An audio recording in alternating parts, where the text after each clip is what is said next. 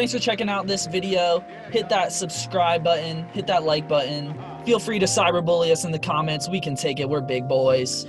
Please, we're so desperate. Go easy on us. Welcome to A Tribe Called Fantasy with your hosts, Greg and Justin. Check the description for players that just didn't make the list this week, and leave us a comment if we forgot anyone on the list. At number 44, we have Greg Ward. The Eagles are taking on the 49ers. How do you feel about Greg Ward this week? Feel pretty good. 11 targets last week, 8 for 72 and a touchdown. A lot of injuries in that wide receiving core. The only question mark is Carson Wentz. He looks terrible. He's been missing open receivers, and he just doesn't look like the same Carson Wentz. But they are playing a banged-up 49ers defense. I think you can safely play him in the flex and feel pretty good about it if you have to pick up a waiver wide receiver this week. At number 43, we have Allen Lazard. The Green Bay Packers are taking on the Atlanta Falcons in a primetime Monday night matchup. Last week, we saw him go off for 6 catches, 146 yards, and a touchdown. Davante Adams was injured, so I think that is the key culprit. In the production we saw, Davante Adams is definitely expected to return, but Allen Lazard's definitely a good talent. Has a great matchup, too. He's definitely the second wide receiver on the team. I think he's solidified that role. He actually has the highest snap count of all wide receivers through all 3 games, even the games Davante Adams was playing, although I guess he has been banged up. But Allen Lazard is looking like the real deal. A little slow. Could have had a touchdown. They chased him down, but overall, good player. You probably picked him up real late or scooped him off the waivers, so you're happy with him. At number 42, we have Justin Jefferson. Just had his breakout performance, kind of defined his potential role as the wide receiver 2 on the Vikings. Yeah, it was insane, honestly. 9 targets, 7 for 175 and a touchdown. He had a big breakout touchdown play where he broke 2 tackles. He also had 2 other receiving big receptions for, I think they were 30 yards apiece, maybe a little more. But I think this is going to be consistent in the future. I don't know if you can expect the same numbers, but after this week, I think he's proven himself to Kirk Cousins that I'm the guy you can throw the ball to. And that's kind of what they were missing on the Vikings offense. How do you feel that he had more targets than Adam Thielen? I definitely don't think it's something that you can expect every week, but Adam Thielen is definitely going to take the main attention of the defense. So I think that it is likely that Justin Jefferson has some more big games in the coming weeks. Yeah, he was nasty at LSU last year with Joe Burrow. Him and they had another star wide receiver who I think is still there, but this dude's a stud, first-round draft pick for a reason, and he's showing up. I think you can expect good things from him in the future. Kirk Cousins is no Joe Burrow, though. That is for sure. And you're over here singing Derek Carr's praise? Let's back it up. Let's move on.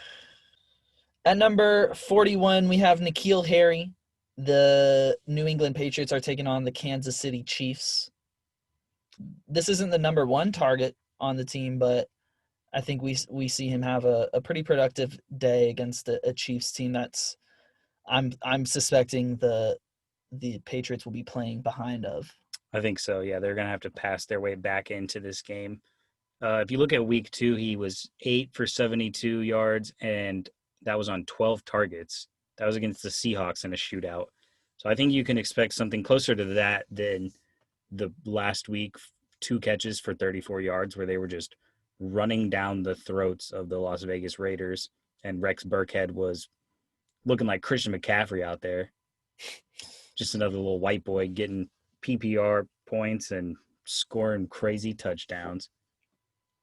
At number 40, we have Keelan Cole.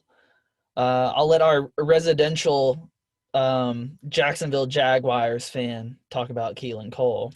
I didn't know I had that title, but I will gladly embrace that. I'm a DJ Chark fan is what it really boils down to. But I think with DJ Chark returning, that it actually helps Keelan Cole's outlook, because if you watch the Thursday night game, you can see that whoever the second wide receiver is, that's who Gardner Minshew is going to throw to.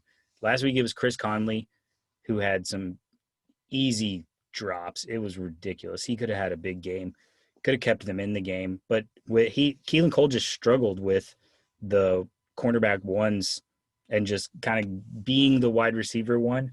I think with DJ Chark back, it helps open up the field a little bit more. He's a deep ball threat. So I think you can expect more of week 1, week 2 action from Keelan Cole than week 3. Gardner Minshew was looking a bit lost against the who did they play on their Thursday night game? The Dolphins. The Dolphins. He's looking a bit lost against the Dolphins, though. Does that make you nervous, or do you think that was just... It doesn't make me nervous. The week 1 and week 2, the Dolphins played almost exclusively man coverage. And this week they switched it up, went to zone because they were giving up big plays left and right. So I think it was just kind of lack of preparation. And it was on a short week too, so maybe he didn't get a chance to see all the looks. But I have faith in the stash over the beard all day, baby. Oh, yeah. The matchup everyone was so desperate to watch. Oh, I know. It's almost better than this week's Thursday night game. Oh, 100%. 100% better. At number 39, we have Sammy Watkins, who just had a pretty solid performance on Monday night against the Ravens. Had 7 receptions for 62 yards on 8 targets. Was kind of questionable to play because he suffered a concussion in week 2, which limited his production for that week. But they're taking on the Patriots. Sammy Watkins is a bit of a streaky player. Do you like him against the Patriots? I dare say that I think Sammy Watkins is fulfilling the role that he was brought to do. I think he's had 9 targets in week 1. He had 8 targets in week 3, only 3 in week 2, but as you mentioned, had the concussion. I think he's actually stepping up into a role where he can have good production on a weekly basis. Ever since the Super Bowl run, I think he's just had more confidence in himself, and he is a monster.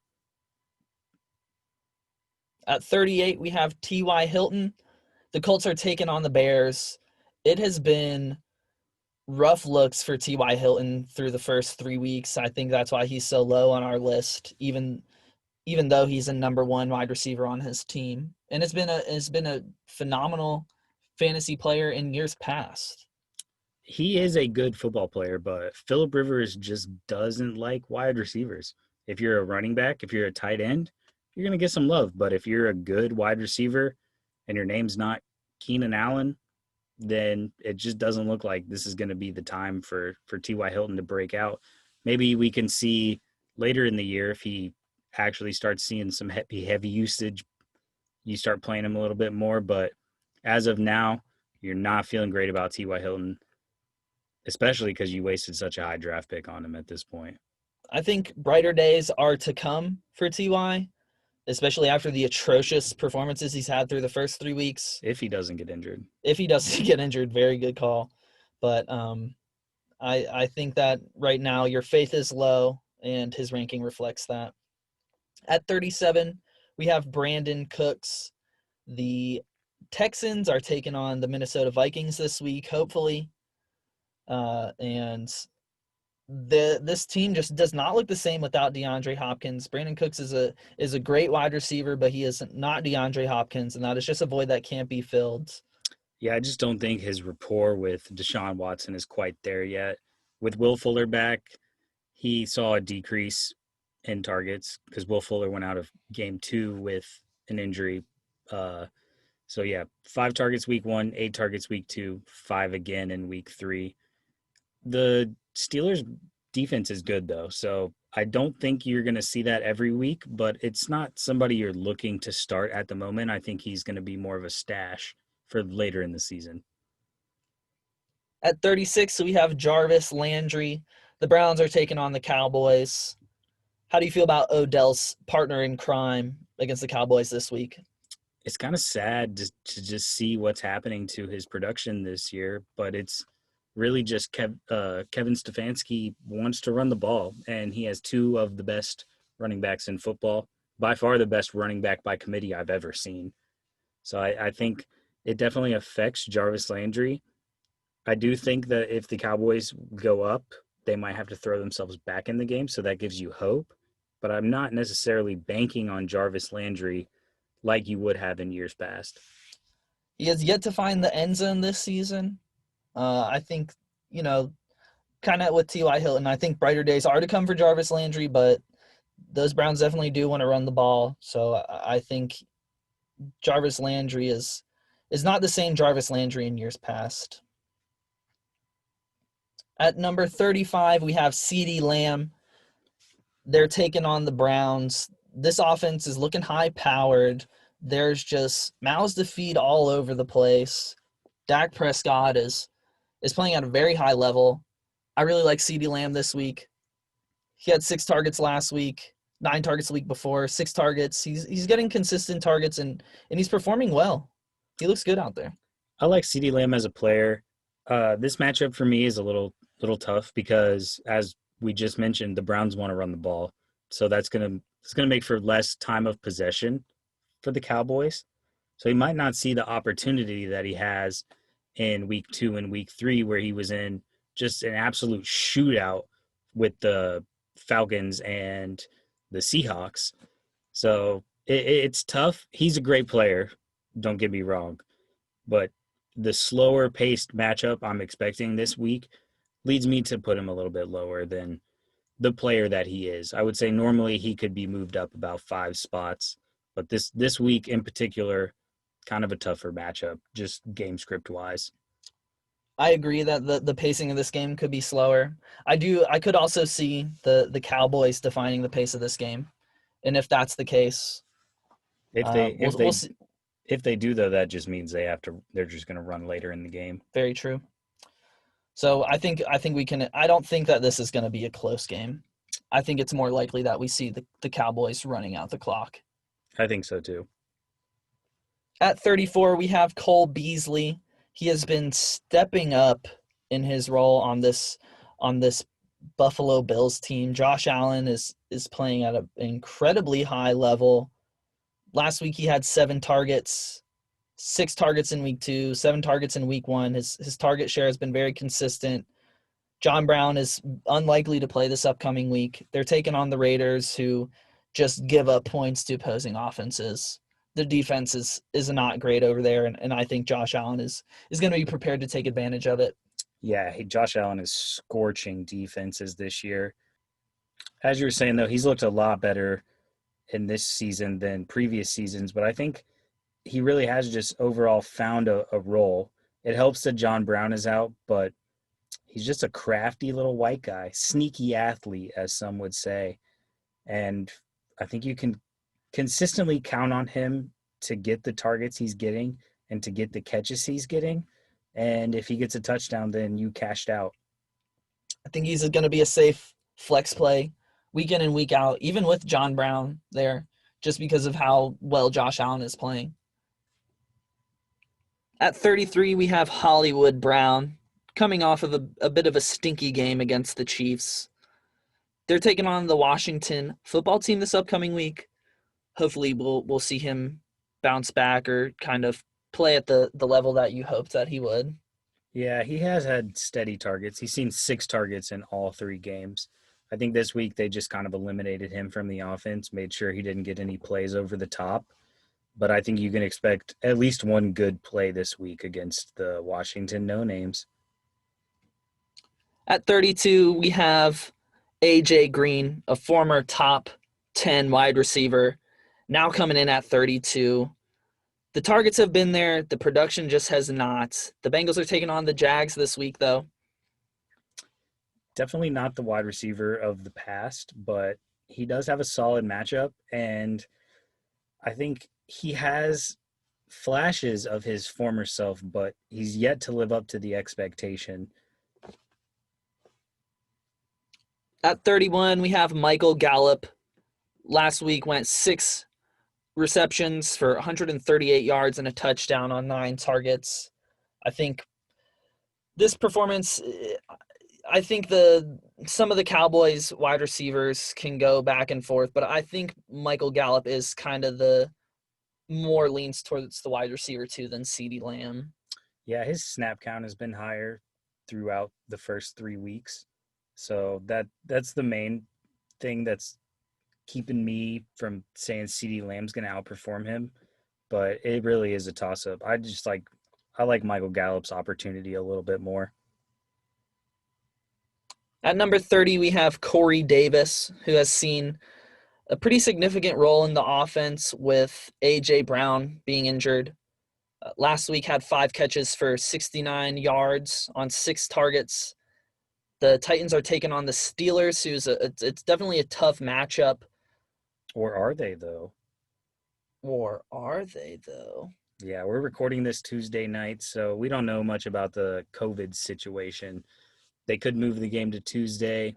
They could still just end up playing, or they could move it to one of the bye weeks. Nobody really knows, but hopefully Corey Davis doesn't have COVID.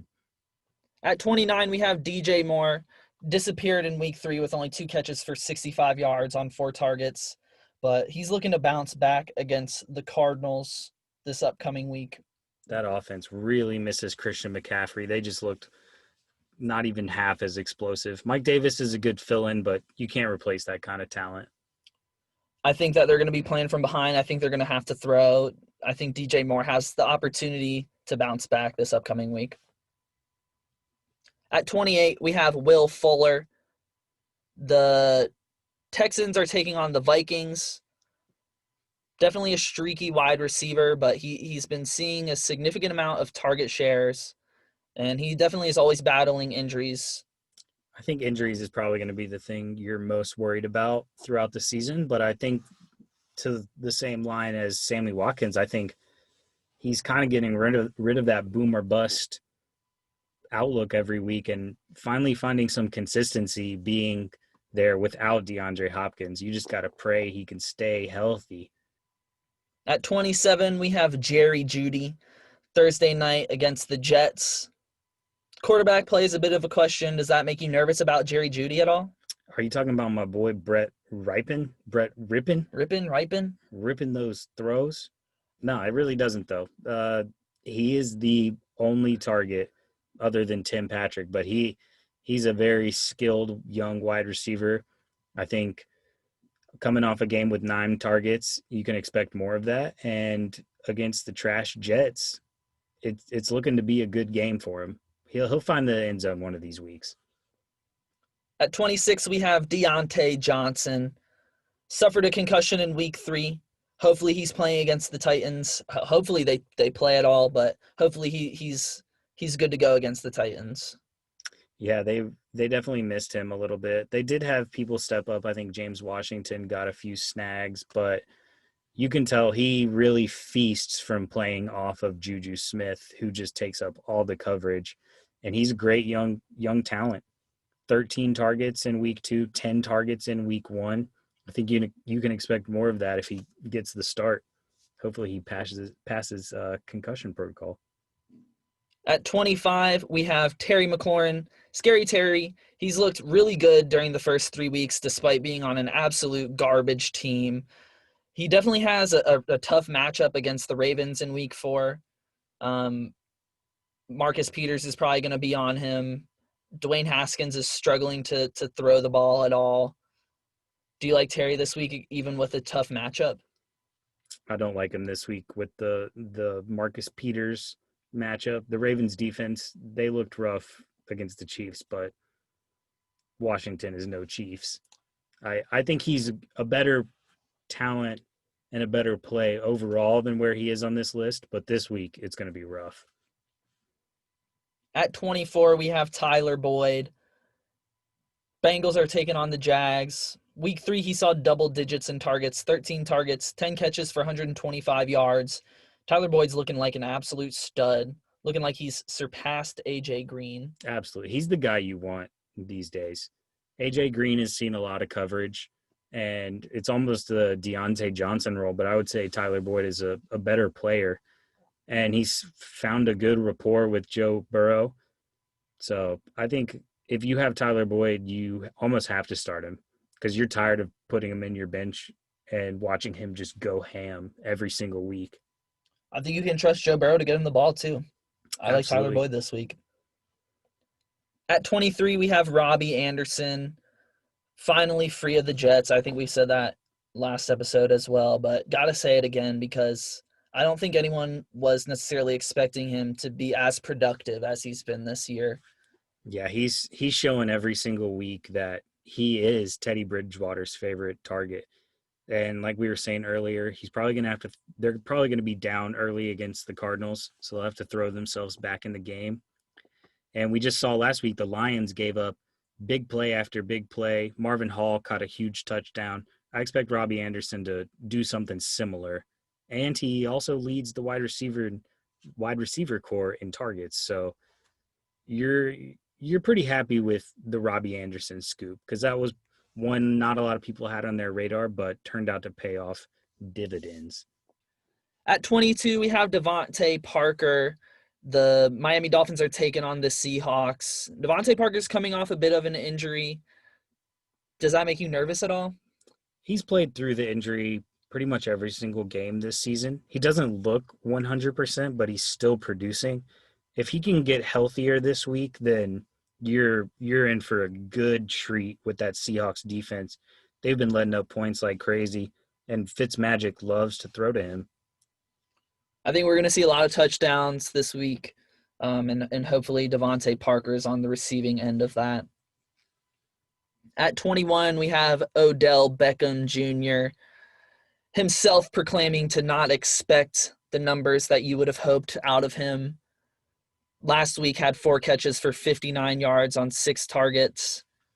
The Browns are taking on the Cowboys. We could kind of both see this game going either way, whether it be kind of a slower pace game or the Cowboys kind of pushing that pace forward. But OBJ, if you drafted him, you're kind of stuck playing him.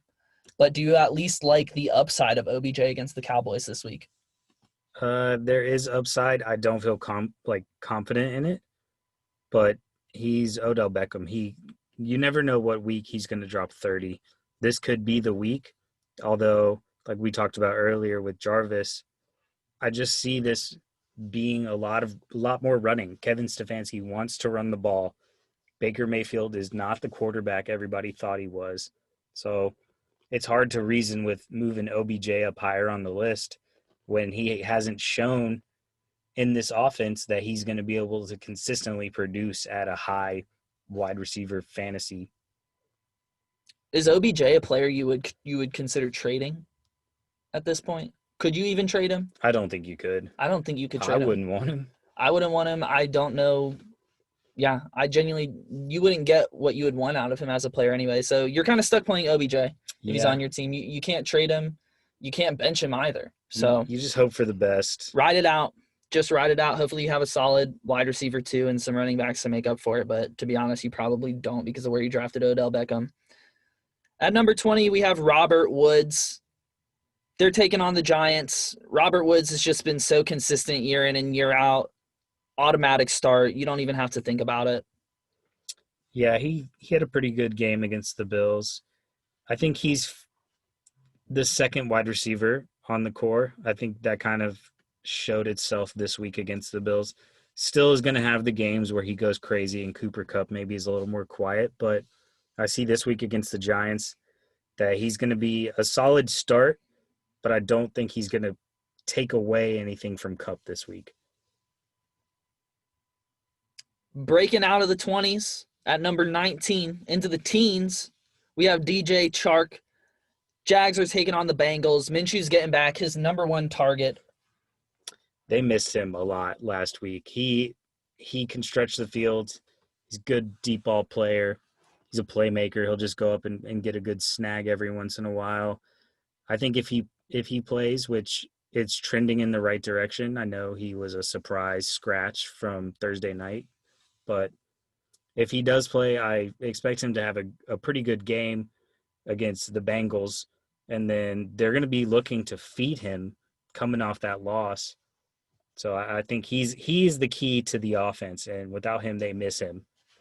I think this Jags team, they're not going to be playing from the front most games. I mean, they're, I think, a surprisingly good team, but at the same time, they're not going to be dominating teams. So I think most weeks you're going to be seeing the Jags passing the ball a lot. I completely agree. At number 18, we have DK Metcalf. He has been an absolute monster this season. week 3 had 4 catches for 110 yards and a touchdown. I think this Seattle team is just putting on an offensive clinic, and I don't think that's going to stop against the Dolphins this upcoming week. Man, he played so great, but oh, what could have been if he just didn't let up at the 1 yard line, pulled a Deshaun Jackson, gave up too early on the play. Dude came up from behind and punched him out. Should have had 2 big touchdowns. Great start every single week, though, with Russell Wilson dropping dimes. He throws that shit straight up vertically in the air, drops in the breadbasket every time. I think you can expect another big play week in and week out, but especially against this Dolphins team. And 2, Chris Carson's hurt. I don't know if that matters or not, but Chris Carson's a solid pass-catching running back, and I don't necessarily know that they have that person in their backfield, and I think this just kind of further leans for them towards them not being a run-first team like they were in years past. Yeah, the Dolphins secondary is also banged up. I think they're going to get very much abused. I think DK Metcalf has a huge week this week. At number 17, we have Adam Thielen. Last week had 3 catches for 29 yards and a touchdown. That kind of saved his fantasy day. They're taking on the Texans. How do you feel about Thielen's value going forward with the emergence of Justin Jefferson as a true wide receiver too? I think it actually benefits him in the end. Last week was definitely Justin Jefferson's breakout game, but having a second wide receiver just allows the offense to move the ball better. Dalvin Cook finally stepped up. The offense is clicking, and you can trust Adam Thielen. That's what it really boils down to. He's made great catches in back-to-back weeks, so you have to start him, obviously.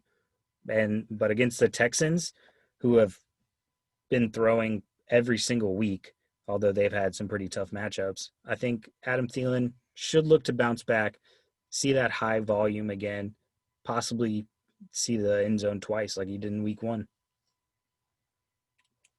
At number 16, we have Cooper Kupp. Had a dominant week 3 performance with 9 catches, 107 yards, and a touchdown. Double-digit targets, had 10 targets. Very generous matchup coming up against the Giants. Jared Goff has looked pretty good as a quarterback, looking very solid. The Rams team's looking good. Surprising with the running back play. All the running backs getting injured. Darrell Henderson's really stepping up. I think Cooper Kupp has found his way into the 1A of the team. I think it's a 1A, 1B situation with him and Robert Woods. I think you can trust him. I don't know if he's going to get 10 targets every week, but I think you can look for him in that 7 to 8 range pretty regularly. He definitely looks to be Jared Goff's favorite target.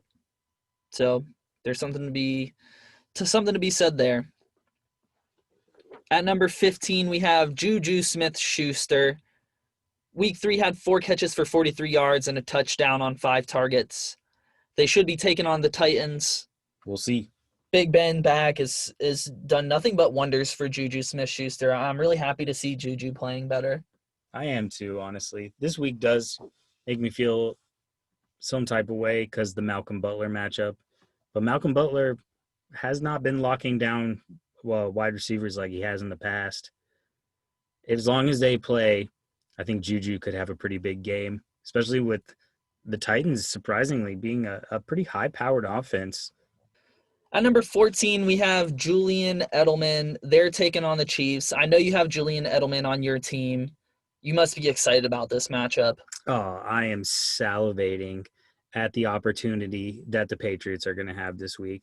Pretty disappointing game in week 3. 2 catches, 23 yards, 6 targets, but still leads the wide receivers in targets. And I'm thinking we're going to see another Seahawks-esque game, Seahawks-Patriot-esque game. So big shootout, a lot of points. Cam Newton's going to be forced to throw. Has to go Edelman's way. I just pray he doesn't get injured. Edelman's a phenomenal receiver, and he's a good safety net for Cam Newton too. Do you think we see Julian Edelman go for over 100 yards against the Chiefs this week? I think we do. I think that's a pretty safe bet. I think if the Patriots want any chance of winning, Julian Edelman has to be able to do that for them. Absolutely. At number 13 this week, we have Kenny Golladay. He looked really good in his return in week 3 with 6 catches for 57 yards and a touchdown on 7 targets. They're taking on the Saints this week. I'm happy to see Kenny Golladay back. He definitely is improving that Lions team. They looked much better. Yeah. They looked so much better. They found a run game, too, with Adrian Peterson. I'm excited about it. I think you're pretty happy because you waited so long to get Kenny Golladay back, and then he performed. And I think he's going to perform again against the Saints. I think the Saints' defense is not as good as we were thinking, and I think the Lions' offense is now better than what we thought. So I think this is actually going to be a pretty close game, and I would venture to say pretty high scoring. The Lions definitely aren't a team that's going to feel confident about running the ball, in my opinion. Adrian Peterson is leading that backfield. They did give him the ball 22 times. 22 times. So, I mean, they definitely ran Adrian Peterson, but the talent is in the wide receiver core with Kenny Golladay, Marvin Jones Jr., as well as Marvin Hall, TJ Hawkinson. So they're a pass-first team, and Kenny Golladay he's a monster. At number 12 this week, we have Stefon Diggs. Bills are taking on the Raiders. He's definitely become Josh Allen's number 1 target. As he should be. He's a phenomenal receiver, great hands, runs routes with the best of them. I mean, the talent is there. The Bills are they're on a tear. Josh Allen is on a tear. The Raiders are giving up chunks of points to opposing teams. Stefon Diggs doesn't have anyone phenomenal playing against him on the Raiders defense. So I think he's going to eat. Yeah, especially with the Raiders just losing their rookie corner who was actually playing really well. But even last week, he had 4 catches, 49 yards, and a touchdown on 6 targets. That was against Jalen Ramsey. That's wild. And he had a touchdown and then flag, got that called back. So they were like, all right, let's run it back. Touchdown again on the next play. Another flag called back. So he could have had a monster game last week, but even still performed the way you hoped. This week, though, should go crazy. I love to see Stefon Diggs he's just a fun player to watch, and it's nice to see him be the true number 1 on a team. Yeah, personally, I'm a huge fan. He's a stud. Just missing the top 10 this week at number 11, we have Tyler Lockett. Had a monster game last week with 9 catches for 100 yards and 3 touchdowns on 13 targets. That's big. That is a fat game, a fat performance from Tyler Lockett. I think he may have finished as the number 1 wide receiver on the week. I can't imagine who else would have finished over him. Maybe Keenan Allen or Justin Jefferson, but probably Lockett. Yeah. I mean, play Tyler Lockett. Russ is playing phenomenal football. The Seahawks offense is looking really good. I think Tyler Lockett's the number 1 wide receiver on that team. He's a monster. Definitely start him. At number 10, we have Tyreek Hill. Tyreek Hill is an absolute beast, too. He's on the best offense in football, has the best quarterback in football. Even when it seems like Tyreek Hill's going to have a quiet night, he ends up getting a touchdown. Definitely. He hasn't performed as much as you're hoping for, but I think you just got to be a little bit more patient. He'll come back. Should be a shootout this week, too. At number 9, we have Amari Cooper, Dak Prescott's favorite target. Last week had 12 targets, 9 catches for 86 yards. If there is any wide receiver who's going to perform week in and week out on the Cowboys, it's Amari Cooper. Yeah, we mentioned the game earlier with CeeDee Lamb and Michael Gallup. Should be a little bit slower, but still going to see steady targets and still a great start. I think even if those other wide receivers underperform, I think you can expect a solid week from Amari Cooper here moving forward. He's a guarantee. At number 8, we have Calvin Ridley, who has probably been the best wide receiver in fantasy football. He's torching it. Double-digit targets in each games. Over 100 yards in each game. Didn't get a touchdown last game, but has had 2 touchdowns week 1, 2 touchdowns week 2. They're playing the Packers. The Falcons they have to keep themselves in games by throwing the ball. Matt Ryan is kind of he's gonna win you games. He's gonna lose you games with his arm. And Calvin Ridley's gonna benefit from it either way. I think they're going to be down pretty much from the jump. They're going to have to throw, and the Falcons look awful. It sucks. I'm sure the whole city of Atlanta right now. They are is the just worst, crying. best looking team, or maybe the best, worst looking team. I don't even know how you want to put it. I think they're 0-3. So I mean, it makes sense. Yeah. Yeah, we got a couple of friends that are Falcons fans, and it doesn't look great for them. They should have won all the games that they've played in, but they didn't. So it is what it is. Calvin Ridley has been a beast no matter what. So I don't know a single person that we know that's surprised, though. Let's be honest. yeah, I mean, history repeats itself. I'm not surprised. At number 7, we have Keenan Allen, who had a monstrous week 3. Ooh, the boy definitely saved my entire fantasy season. I was starting off 0-2, really needed a big game. Had a great game from him and Austin Eckler. Tough matchup against the Bucs this week, though. How are you feeling about it? Keenan Allen has just proven himself to be a solid wide receiver year in and year out. He had 19 targets last week. That's fucking nuts. As long as Tyrod Taylor is not the quarterback, Keenan Allen is a must-play wide receiver. Yeah, Justin Herbert is looking nowhere else. He's looking Keenan Allen. Oh, you're not open? Then I'll throw it to Austin Eckler. And it's a recipe for success for fantasy, maybe not for actual wins, but as a Keenan Allen owner, I'm very excited at the prospect that Justin Herbert is going to continue to play.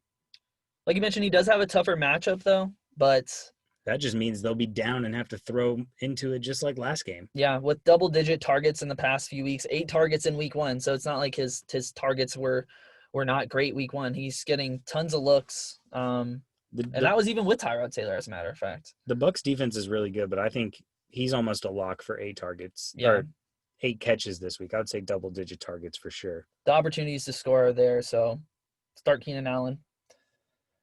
At number 6, we have Mike Evans. Had a bit of a strange-looking week 3 with 2 catches for 2 yards but 2 touchdowns. I don't feel good about Mike Evans except for this week. Why do you say this week? Strictly because it's the Chargers, so not the greatest defense. Still a very good defense, but they can let up points. But Chris Godwin is probably not going to play. I think a guarantee at this point, actually. Yeah. So who else are they going to throw to? I think it's going to be the Mike Evans Gronk show. I would agree. At number 5, we have Allen Robinson, who is happy Mitch Trubisky is no longer his quarterback. Week 3 had 10 catches for 123 yards and a touchdown on 13 targets. I don't know a single soul that isn't happy that Mitch Trubisky is no longer starting. Damn. Except maybe all the Falcons fans. But then they go 3-0. I actually wasn't watching the game, so I don't know why Mitch Trubisky got benched. I mean, I know why Mitch Trubisky got benched, but I don't know. Like, what did he do? It's more so just the fact that he can't control the offense the same way that Nick Foles can. It definitely looked like they were Super Bowl MVP Nick Foles. Super Bowl big dick Nick Foles. Yeah. They were looking for an excuse to pull him, and I think he threw a pick and they pulled him right after, but they were down 16 and they ended up winning, so it paid off. There's no way Mitch ever comes back unless Nick Foles gets hurt. I think that boosts Allen Robinson's outlook for the entire season because Nick Foles can get you the ball, and he will take shots. And against the Colts defense, who is the number 1 defense, but I think that's fool's gold. They played the Jaguars. They played the struggling Minnesota Vikings in week 2, and then they played the Jets. So I don't trust that. I don't think that they're going to be able to really lock down Allen Robinson. Xavier Rhodes is there, but he's a shadow of his former play. Overall, I'm pretty impressed with how Allen Robinson looked this week, and I think big things are coming his way. At number 4 this week, we have Julio Jones, hopefully making his return. Didn't play week 3. He should be back week 4. They're taking on the Packers. I know we even honestly had a bit of a debate about Julio and Calvin Ridley, but ultimately ended up deciding on Julio just because he's one of the best, if not the best wide receivers in football. We know he struggles finding the end zone, But I think that's more of Matt Ryan's fault than his fault, because every time he gets a touchdown, it has to be a 50 to 40-yard play. It can't just be a 5-yard touchdown pass, because Matt Ryan just makes poor decisions in the red zone, and he just doesn't look for Julio, which he's usually double or triple team. So, Yeah. I mean, I'll give him that. But, yeah, I like Calvin Ridley a lot, but Julio Jones, he's Julio Jones.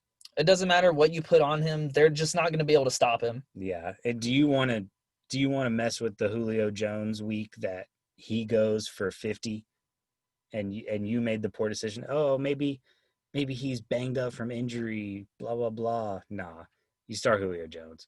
It's going to be a high-scoring game, too. I think there's going to be a lot of points here for Julio Jones. Yeah, they're throwing themselves back into it for sure. At number 3, we have Michael Thomas.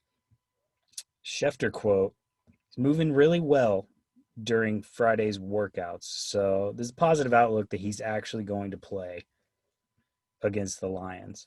The Saints team has been absolutely hurting without Michael Thomas. All of Michael Thomas's targets have just been funneled down into Alvin Kamara. So he's been the number 1 wide receiver on the team, Alvin Kamara. But with Michael Thomas coming back for the Detroit Lions game, I think that the Saints are going to make him a focal point of that offense, because they don't really have any other choice. It's very obvious that they are missing him. Yeah, he averages about 9.5 targets in his previous 2 seasons. So it's a guarantee they're going to pepper him with some more. I think you're really excited that he's back.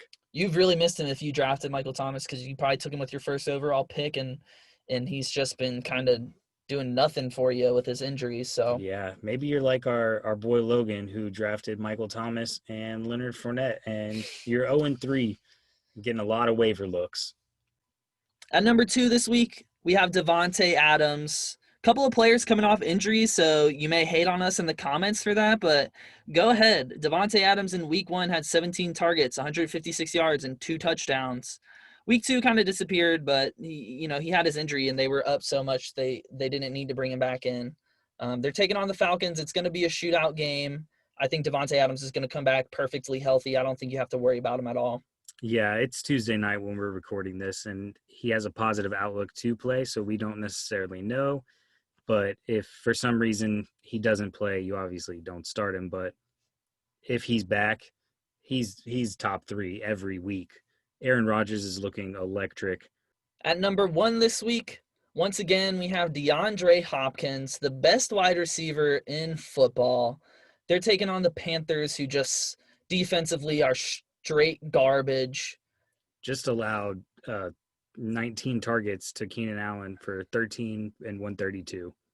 And D-Hop has been getting his targets, so I would expect more of the same. I think 15 targets is not even out of the question. No chance. I think Kyler will bounce back too. It's not often he throws that many picks.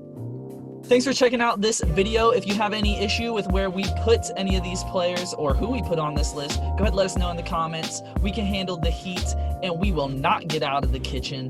Bully us if you'd like. We're ready. We can handle it. We're tough boys, but we are so desperate for approval. Hence the YouTube channel. Yeah.